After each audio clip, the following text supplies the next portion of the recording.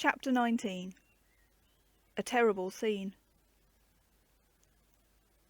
Disregarding Eben's furious hiss of "Come back, you green young fool," he crept away towards the water.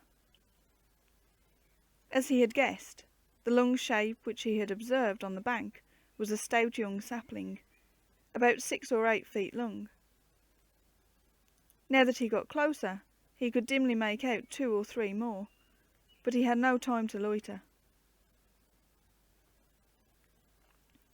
Picking up the pole, he reached the brink and listened.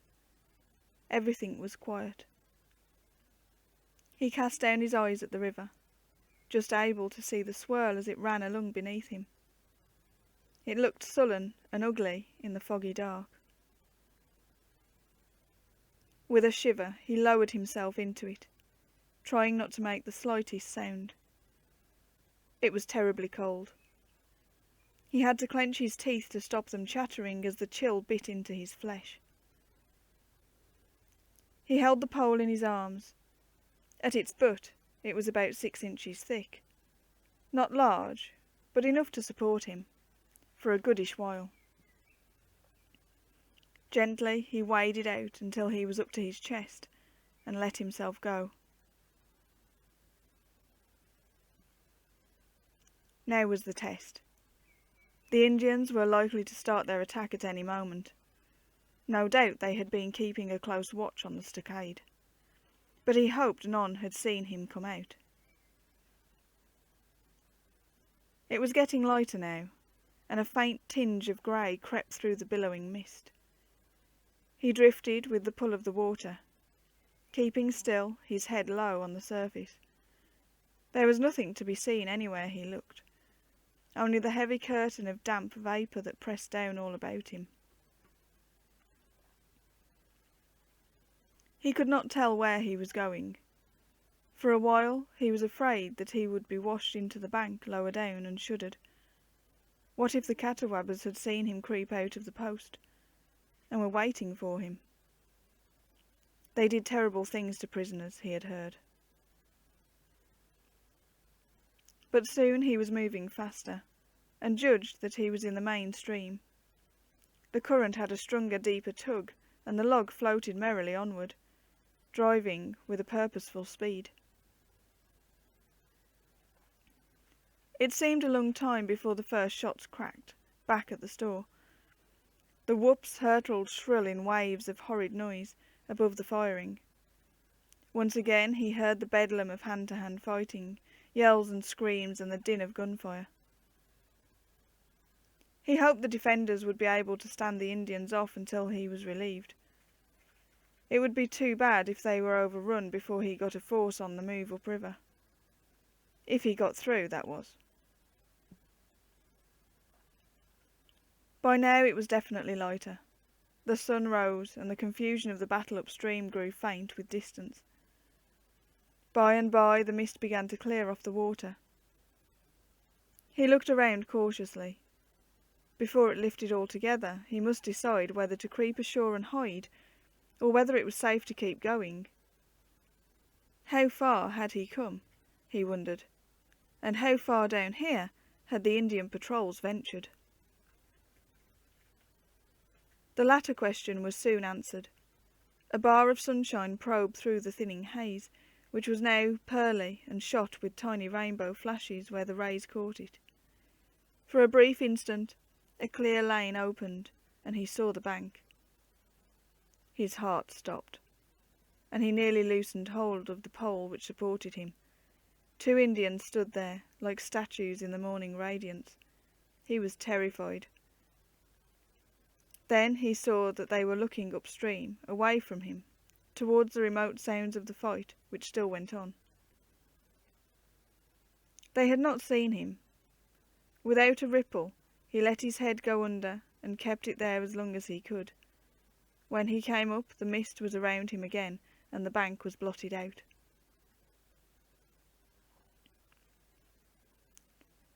Now he knew he must find shelter on shore.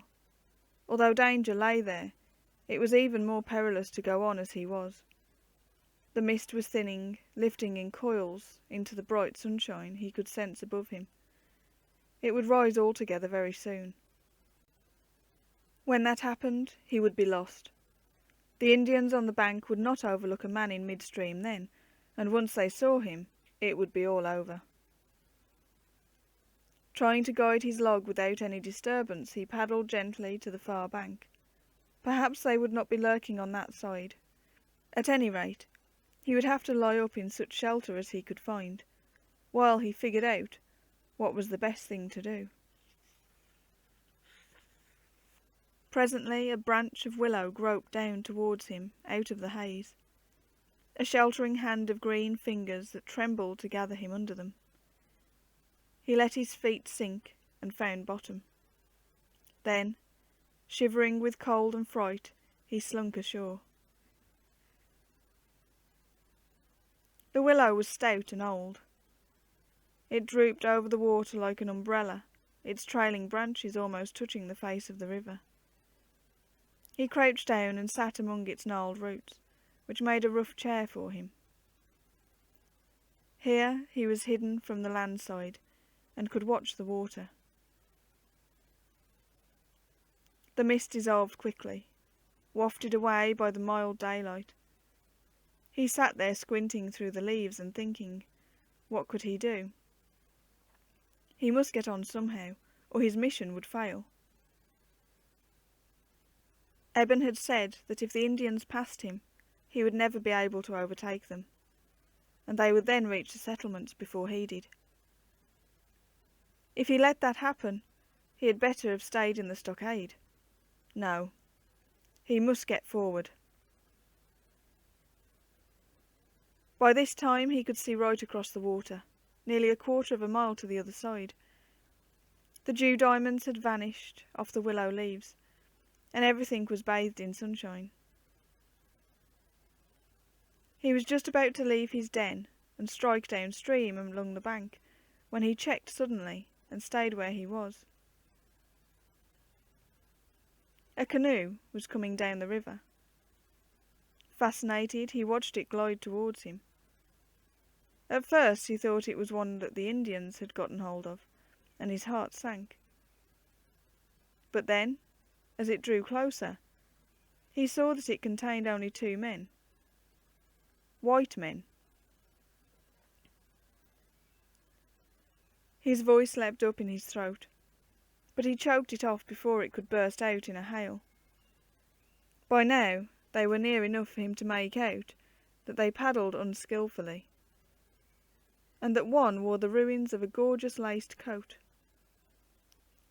The flash cull, Miles Smeaton, was sitting in the bow and handling his paddle as if it were a wooden shovel. The other was Seth Gill. They were talking. Their voices came to him plainly over the water, as they made no attempt to keep quiet. The idiots, he thought. Were they trying to commit suicide? "Do you fancy we might land now, Seth?" That was Smeaton, with his cultured voice and arrogant tone. "We mayn't go much farther, or we'll be into that confounded river town." Seth growled. "Dunno. Might be some more of them cursed savages about. We got to be careful." "Pshaw, it's safe enough. We left them behind hours since." "All right," Seth agreed, in his surly way. "Let's land and have a spell for a bit. My shanks is fair cramped from kneeling in this blinking skiff." Guy peered at them from his nook, his mind in a whirl. Where was Bill Exon? From Gill's words he guessed that they had run into the Indians and had a brush with them. No doubt that was why they came back. Perhaps the Indians had got Exon. That was the likeliest reason why he was missing. The canoe swung towards him, and they laboured to send it to the bank. They made straight for the willow tree, and for a time he was in great alarm, for it looked as if they meant to land right in his hiding place. To his relief they grounded a little higher up, where the water shallowed. The canoe scraped on the pebbles in the riverbed with a gentle grinding noise, and Smeaton cursed as it tipped and nearly upset. They had just climbed out and were dragging the vessel towards dry ground when it happened. It was so quick that Guy did not see where the Indians came from. At one moment there was just the two men, splashing through the water as they lugged the canoe between them. The next, the shallows were full of leaping, yelling demons whose dreadful screeches rang echoing across the water. Smeaton had his sword out in a flash. It twinkled brightly as he defended himself, the blade stabbing and darting with a snaky magic that soon took its toll on the attackers. Seth Gill hadn't his lung cudgel. It had been in the canoe when they were first rushed, and he had no time to get it before the first Indian was on them. The Catawba made a lightning spring, axe uplifted to whirl down on the pugilist's bare head. Gill's left arm flashed out, and he hit the Indian with his fist squarely on the chin. Guy heard the smack clearly. The Catawba toppled backward into the water, and Gill snatched up the staff out of the boat before the next man got to him. The canoe bobbed off aimlessly, swinging with the current, and drifted away while the two villains stood back to back and made a fight of it. It did not last long. Smeaton fenced desperately, his face white and strained, and gave a good account of himself at first. There was no doubt that he was an expert swordsman, and whatever his faults, he did not lack courage. With his back to the massive bulk of his ally, he put paid to 3 Indians in quick succession, crouching there in his tattered finery and fighting like a madman. Then a thrown hatchet struck him, and he went down without a groan. It was all over then. Gill held them off like a lion for a few more minutes, whirling his staff and dealing a hail of terrific blows at the pack of human wolves who beset him. There was a magnificence in his last fight that he had probably never reached before. They swarmed all over him, now that Smeaton was gone, leaping on him from behind in a mob and trying to drag him down by a main force. The prize-fighter shook them off with a mighty throw and broke free. He roared like a bull, hurling them in all directions, but it was too late.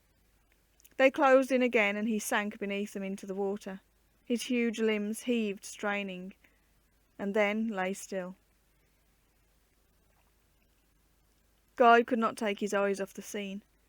Terrible though it was, when the fight was over and the Indians had gone, he kept as still as he could for a long time. It was not easy, as every part of him trembled violently and would not be stilled. The canoe had floated into the bank, only 2 or 3 yards from him, but he dared not make a move. He could see it, caught against a root and swaying gently. If he could get it, he might make a dash towards the river town Smeaton had mentioned, but it was more than he could do to stir himself, so wary was he of the danger all around him. It was clear that the woods were full of Indians. If he tried it on foot, capture was certain. He would never succeed in eluding their uncanny vigilance and woodcraft. The canoe offered a chance, the slimmest of hopes. Going fast, it might outpace the swiftest of runners and take him to civilization. But the memory of the Indian ambush was still fresh in his mind. They did not suspect that he was there, else they would have got him already. If he made a move out of his shelter, they would discover him straight away, and that would be the end. Why had the savages left the canoe alone anyway? It was not like them to abandon a chance of loot. Perhaps they were already looking for it. In that case, they would surely find him. The hairs rose on the back of his neck at the thought, just as a rustle in the bushes nearby told him the truth. They were searching. He did not hear the willow branches part. Perhaps it was the shadow cast across him that made him turn, or the rank whiff of grease and wood smoke that reached his nostrils. His head pivoted slowly, moved by some power that was not his will. A hideous painted mask leered at him, framed in the trailing leaves.